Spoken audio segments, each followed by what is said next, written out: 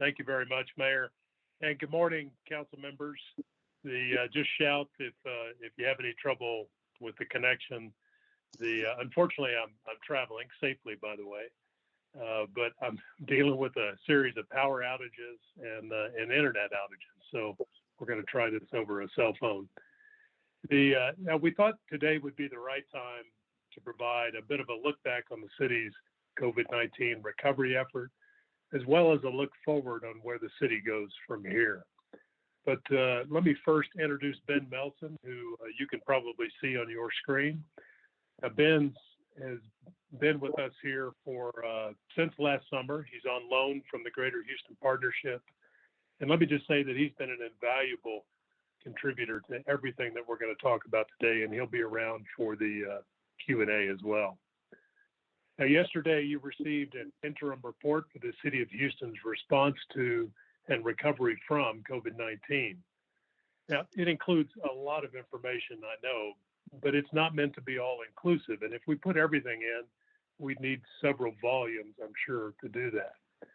What it is intended to do is capture the essence of what the team has been doing. And it provides, I think, an important historical record in the event something like this is needed again. The report also just can't do justice to the contributions from so many people, like those of you on this Zoom call today, nearly every one of the city departments, and our countless community partners, nonprofits, the medical and business communities, and so many others. And I will just tell you that I consider it a personal failing that I don't have a better way to recognize all these individuals and groups as I sit here today. Now, interim is in the report title for a reason.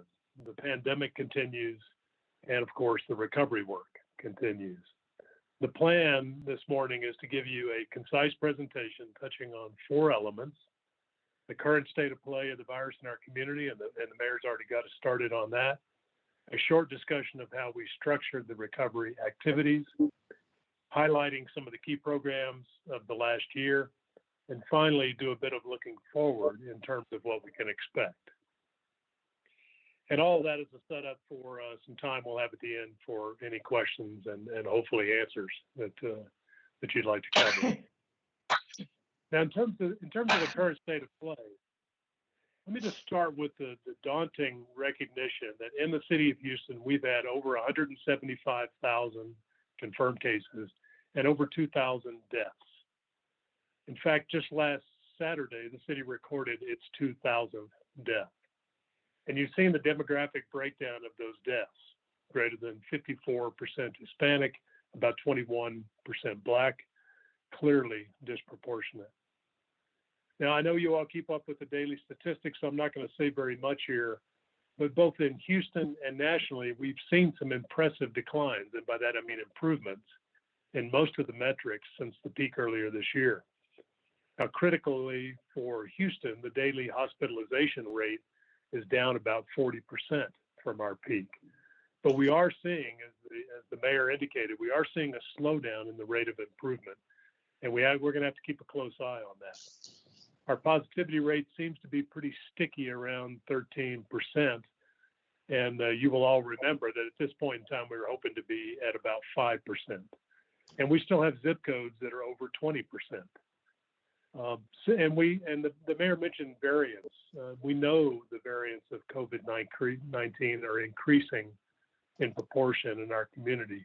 And in fact, the wastewater sampling program indicates that variants now make up about 19% of the viral load in our community. So these variants are a real concern, and rapid vaccination is ultimately the answer. Vaccines are a very positive development, and we're going to come back to that in a little more detail in a moment. The final message for this opening piece is the same thing the mayor said. It's the importance of the continuation of following those simple and effective public health measures of mask and distance until we get this under control. Now, in the first section of the report, we also provided some economic impact information, but for now, let me just suffice it to say that the negative impacts economically are historic and disproportionate for many in our community. particularly those seeing the compounded impacts from overlapping crises, including Harvey, the downturn in the energy sector, the pandemic, and obviously, most recently, the freeze event. Unemployment claims, if you follow that, continue at an elevated level, and small businesses, particularly those that are customer-facing or gathering-related, are severely impacted. All this is leading to a tragic level of stress resulting from elements like increasing food insecurity and eviction risk, all of which I know you all know very, very well, but I think worthy of a quick summary here. So let's move forward on how we structured the response in the recovery program. The mayor formed a COVID response and recovery team, which, as he said, I've led since last April. As you can see on this chart, the team consists of high-level leaders and experts from across the city organization, and Ben working side by side with me. We did this to ensure we had the breadth of input knowledge and access to resources close at hand. And you should know that we easily adjust this team's membership as necessary as priorities and conditions change. We also work directly with the departments that you don't see in this grid, like the Houston Fire Department, HPD, OBO, IT, and others. It is truly a whole city approach. Now, this team operates under a set of guiding principles that were agreed with Mayor Turner at the very beginning. Guiding principles are critical for decision-making where the needs outweigh resources, which they certainly do here. The guiding principles are securing public health in this pandemic, prioritizing the most vulnerable and at risk in our community, and resiliency. Now, the first two, the first two go hand in hand, and they're always considered in tandem. The third, resiliency, for all practical purposes, forces us to consider and rank investments that will better prepare our city for the future. For examples of that, I reference areas such as digital connectivity for education and improved telemedicine capabilities. Think about efficient systems for mass vaccination, which could be with us for years to come, and many others, and I'm sure you can imagine them. Now, closely related to principles is collaboration. The recovery team is intent on magnifying our impact through collaboration, and I believe that we've taken this to somewhat of a new level. Now, you can see this in the greater than 50 community, nonprofit, and faith-based organizations that her task force have worked with in partnership over the past year. Another great example is the health department partnering with Rice and Baylor to advance the wastewater monitoring program, which has proven to be one of the best leading indicators of what's happening with the virus in our community and where it's happening, and allowing us to adjust the allocation of resources and attention accordingly. The city's linkage with Harris County is likely the best ever. The most recent example is the coordinated work that I know you all are familiar with at the NRG vaccination site. And finally, I'll point to a meeting that we have twice a week, hosted by Bill McKeon at the Texas Medical Center, which includes the City of Houston, Harris County, hospital system leadership, Harris Health, CETRAC, Greater Houston Partnership, and others. We do this face-to-face over Zoom, taking on real issues in a coordinated fashion across nearly all public health aspects of the recovery. It's really been an incredibly valuable example of collaboration. Now, let me just take a moment to touch on the Houston Health Department, who have been right in the center of all of this response. Now, the Health Department's response under Stephen Williams' leadership has been strong, been impactful, and it's guided by its access and equity response strategy. The work is literally 24/7. And I think, and this is an important statement, I think you can see the results by the level to which Houston has avoided the more severe conditions that we see in so many other large cities. Now, I'll share a couple of examples to recognize the ongoing work of this team. Think about this one. The Health Department and Dr. Purse, in conjunction with the Houston Fire Department and state agencies, took very quick action to assess nursing homes, assisted living centers, and similar facilities. And this took place through over 300 site visits. The facilities were guided to prevent and to mitigate cases among this most vulnerable population. Now, I see Dr. Person's daily reports, and yesterday we have a total recorded deaths in long-term care facilities of 238, or 11.7% of all the deaths in Houston. Now, that is tragic in all respects, as we all know. But listen to this, that is less than half of the national average, which is 26% or higher. So I think you can see the effectiveness of that program. The health department has been constantly improving its ability to use data to drive an accessible and equitable response, tracking cases, positivity rates, deaths, wastewater sampling, and a number of other things to drive its allocation of resources to the most vulnerable and impacted communities. Now, you can see this clearly in the testing program, which has and continues to provide free, accessible, and safe testing for our city.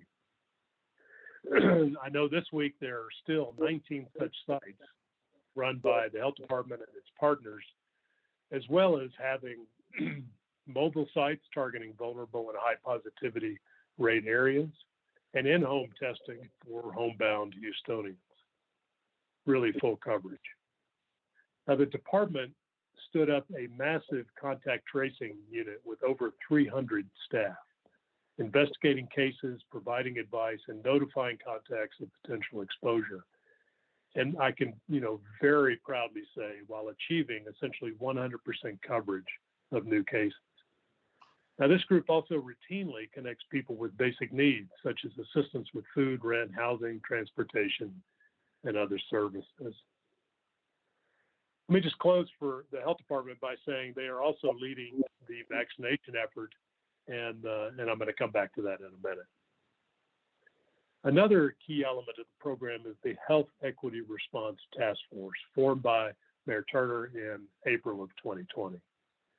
And it's led by 6 division directors, including Shannon Buggs and Marissa Aho, core members of the recovery team, and has incorporated more than 50 civic leaders, including medical specialists, public health and communication professionals, data scientists, technology experts, faith leaders, and many others. Now, as you should be able to see on the chart, the group is organized into 6 subcommittees, and each was co-chaired by a city director and a member from the community group. This group has been focused on Houston's 10 complete communities and 17 additional priority super neighborhoods, which were determined to have the greatest vulnerability using the CDC's social vulnerability and healthcare accessibility data. Now, some key accomplishments for the HER task force include the Mask Up campaign, which I know you all will remember well, distribution of over 2 million masks, distribution of laptops and internet vouchers, and expanded publicly accessible Wi-Fi to increase connectivity. They hosted numerous webinars, Facebook Live panels, and other avenues on topics that range from mental health to vaccine hesitancy. And they've led the charge on a number of programs, which you're going to see in a moment, really public-facing direct assistance to public programs. But before I do that, I think it makes sense to talk about the Coronavirus Relief Fund, where the money came from. Now, the differentiator between the pandemic and previous crises is the early infusion of emergency response funding. Now, this is $405 million direct to the city of Houston, and this money came in May of 2020. Now, this allowed for very quick action. At the same time, and I've spoken to a number of you, I know you appreciate this, spending $405 million and spending it well in 8 months, which was the original requirement, from a standing start is not easy and definitely can go wrong. So we established a deliberate, disciplined, and a transparent approach to allocating the funding and put in a biweekly project management structure to ensure those receiving the money were delivering as promised. Now, this included a challenge team to screen all the proposals and also to ensure alignment with federal guidelines, to ensure the proposed projects fit with the guiding principles, and to evaluate and to high grade these based on the impact to the community. Now, as a sign of the level of need in the high grading process, we ultimately approved, and you approved, about $400 million in recovery projects. And we had to push an additional over $250 million of proposed projects to a waiting list for later consideration. And that's where they still sit. Now, transparency is also very important to all of us. And this was provided through periodic updates to the Budget and Fiscal Affairs Committee and publication of the full list and information for the over 180 projects that were approved. And that list is also included as an appendix in the interim report. And for the proponents out there of good governance, we have also taken the approach of ensuring audit readiness through diligent record keeping for each of these projects. Now, the interim report shows several breakdowns of the spending, and we've reviewed some of this at the BFA in the past. Now, the largest categories, which make up the vast majority of the spend, include securing public health, which are items like testing, contact tracing, vaccinations, and many others, direct assistance to the enormous needs of individuals, families and small businesses, and thirdly, safe ways of working, securing city assets from a health perspective and enabling capabilities for remote work. For today's limited time, we thought it would be best to focus on a few of the truly public-facing programs. Now, unfortunately, there's not time to cover them all, but certainly we can come back to any that you have in mind in our question and answer period. So let's run through some of those public-facing programs very quickly. And I know you all have a pretty high degree of familiarity with these, but I think now that we have results, it's worth highlighting. First of all, the Direct Assistance Program, a simple and hugely impactful program. About $20 million was dedicated to putting $1,200 checks directly into the hands of those struggling and those that needed it most. The program was administered by Baker Ripley, and over 16,000 checks were distributed before the end of 2020. On the rental assistance side, we had 2 rounds of rental assistance funding from the City of Houston, which has provided about $30 million and covered over 17,000 tenants and landlords. Now, the dots on the map that you see on the slide show the distribution of the recipients across our communities. It's quite a nice spread.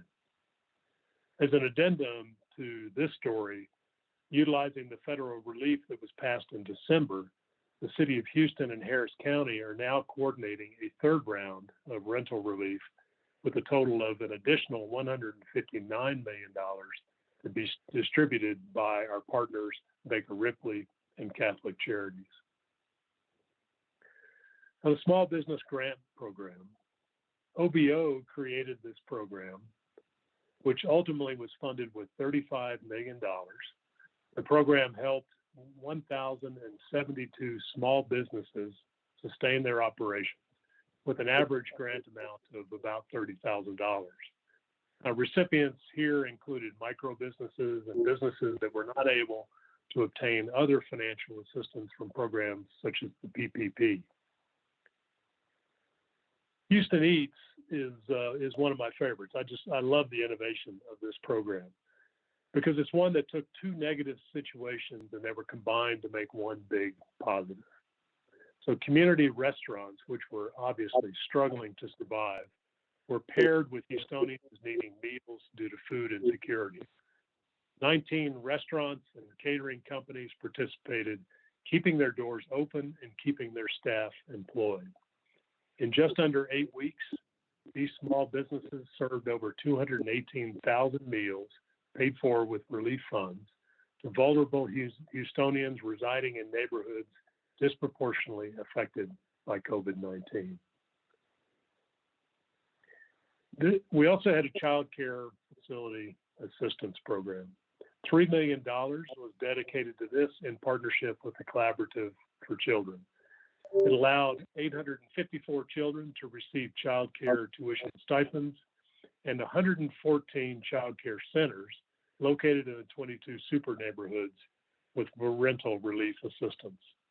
And we've heard lots of messages about how appreciated that program has been.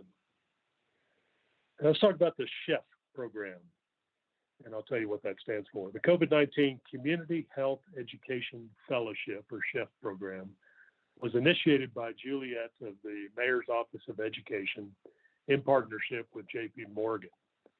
The program recruited participants ages 18 to 30 from Houston's complete communities and other areas that were hard hit, who would most benefit from the financial support, the paid training, and the paid externships that this program represents.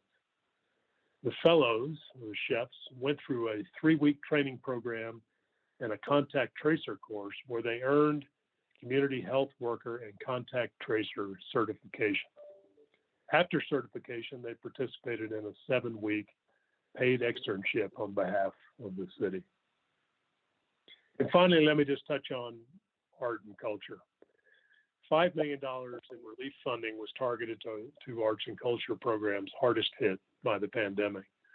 $2 million provided financial assistance to 347 recipients, primarily artists or art-related organizations and nonprofits, and $3 million directed to musicians and owners of venues, enabling 36 venues and 306 musicians. As I said in the report, perhaps the most obvious and honest thing that I could say about the pandemic is that it's far from over and there are destined to be more surprises ahead. But I really do believe that the city has a capable response mechanism in place, and along with its many community partners, will continue to manage this crisis in a way that leaves the city stronger and more resilient. Now, for this morning, I've chosen 2 look-forward topics: vaccines and the Federal American Rescue Plan. And anything else, of course, we can just leave for questions and answers. So on the vaccine side, just as a highlight, I think all of you, I know you're aware, we're currently benefiting from the mass vaccination site at NRG, which is a collaboration between the city, the county, the state, and federal partners. And it's producing vaccinations in arms of between 5,000 and 6,000 a day, but our expectation is we will average 6,000 a day. Where the city of Houston designates half of the recipients, and the Harris County designates the other half. It's really a strong addition to the vaccination program. More broadly, and in a consistent theme, access and equity are the driving forces behind the city's vaccination distribution program. And I mean access in terms of overcoming barriers such as location, language, or cultural factors, and equity in terms of enhanced focus on serving marginalized or underserved populations as regards race, ethnicity, poverty status, disability status, and other challenges. In other words, the city is, first and foremost, the safety net for our community when it comes to vaccinations. Now, no doubt you've been following the good news on vaccination supply, with manufacturing increasing and J&J being added to the mix. It's encouraging that, at least for our goal of getting to critical mass of vaccinations in our community sometime this summer. Eligibility for vaccines, as you know, are largely driven by the CDC and the state. The Stephen Williams team sits on the advisory committee for those groups, and that serves us very well in this process. We are currently still in priority category 1, as you know, with teachers and child care providers recently added to that list. Now let's look forward a little bit. And so these are projections or predictions, but I think a reasonable estimate of where we go from here is that we would see an expansion of the eligibility group again before the end of March. It's likely to follow age guidelines, and we're expecting the next grouping to be, let's say, age 50 and above, which very importantly would mean the eligible population would now cover the demographic that represents 93% of the deaths in the nation to date. So we look forward to that expansion and are encouraged by the supply keeping up with that. Now, work is already underway, and our assumption is that we will need to enthusiastically address vaccine hesitancy sooner rather than later. I don't know if anybody else saw it, but I saw some news reports last night. It's hard to know the credibility behind them, but it appears as though some southern states are already having trouble filling their slots. So hesitancy already rearing its head in a serious way. Now, let me just comment also that the health department produces a number of very useful scorecards that we use on the team and they use internally on the vaccine program. So here's a couple of interesting statistics from that. About 19% of Houstonians have received at least one dose of the vaccine. Over 1 million doses have been administered in the Houston-Harris County area by all providers. And approximately 60% of Houstonians aged 60 and over have received at least one dose. And, by the way, the health department has the ability to break down these and many other ways of looking at this information by zip code and other components. So let's go to one last slide, Mayor, and then we'll go to the question and answers. The American Rescue Plan is the third round of federal COVID-19 stimulus funding, expected to go to the president for signature today, unless something's changed since I've been sitting here. It's a multifaceted plan, but I'm going to focus on just one part that I think is the most impactful for the city of Houston. The bill includes $65.1 billion for municipalities. Now, we project and expect that will result in a direct allocation to the city of Houston of about $565 million. This funding will be split over 2 years, half received this year and half received in 2022. And Houston will have until the end of 2024 to fully utilize the money.